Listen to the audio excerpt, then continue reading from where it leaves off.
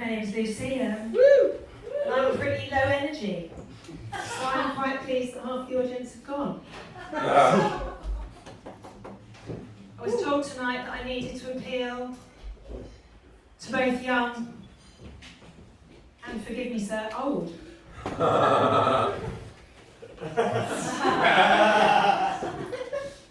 Now, I know it's all relative, but I like to see myself as somewhere in the middle.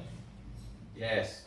And as such, I'm perfectly positioned to straddle the both of you. Do it. Bought myself a Casio, and apparently all comedians have a Casio watch. Got it online. It turned up, it was tiny. I can't read it. I'm holding off on getting very focused, so I might have to ask someone to read the title. I haven't even turned it on, so it doesn't matter. Just been to the Philip Guston at the Tate. Woo! You know what I mean? No. Yeah, it was good, wasn't it? Yeah.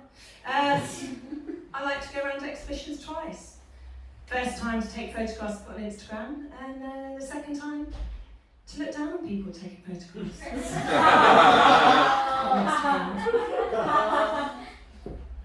Swam a 10k last week. Thank you. It's not a joke, I just don't think I've told enough people. It was around about the 7 or 8k mark that I realised that finishing this swim wasn't going to fill the gaping void inside me any more than the last one. Because Adam,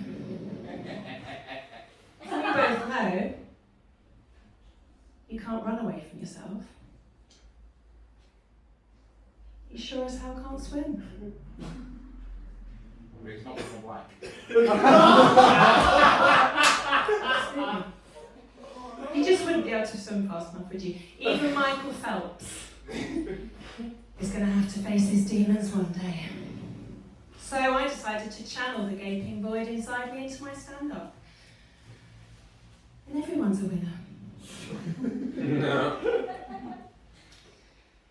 You know when you go on a first date with someone who's got, let's say, quite active ADHD, and you wake up at 3 in the morning in his hotel room and he's just returning from having taken both his and your clothes to the 24-hour laundry service you didn't know existed, and you think, well, I've had a couple of hours in bed by myself and clean pants for the morning. He's a keeper. No? I was in the pub the other day by myself. A guy comes up to me and asks whether I've been ghosted or dumped or something. I said, no. We're allowed out on our own these days. Although I'm not going to say that having a chaperone wouldn't come in handy from time to time. Went on Bumble the other day. Something that I do once a month when I'm ovulating. I'm not saying I want to procreate, just try telling my body that on a Tuesday night down the Spoons. I was going on a date with a jazz drummer. A friend of mine said, well, at least you know he's got good rhythm. She was, of course, referring to the beautiful act of lovemaking. At the time, I wholeheartedly concurred. But then I got to thinking 2 things. A, he might not be a very good drummer. And B, just how much rhythm do you need? So I did a little bit of research and discovered that human beings have sex at roughly 75 beats per minute in 4/4 time. Something for which I believe a jazz drummer might be sorely overqualified. Before you know it, 3 self-indulgent hours have passed, there's been no climax, and you're wishing you left at the interval. Just a top tip, if you ever find yourself in this position, the stock response to their questioning as to whether or not you'd enjoyed it should always be, it was interesting.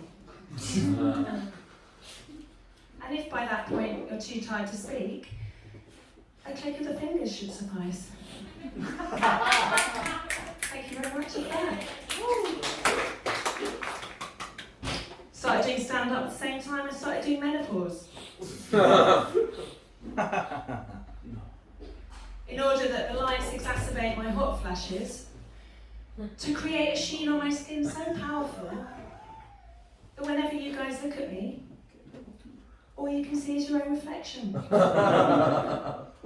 Thus shortcutting what we all really want from any social interaction anyway, which is to have our own ideas and opinions reflected back at us, alongside the opportunity for a mirror selfie. You're welcome. I like to practice my comedy down spoons. The reason for this is threefold. One, they don't play music, so it's relatively quiet. Two, drinking in an establishment owned by someone as politically and ethically dubious as Tim Martin really exercises one's capacity for cognitive dissonance. A skill I'm finding increasingly useful in scenarios such as this. And three, nobody bats an eye at yet another person talking to themselves.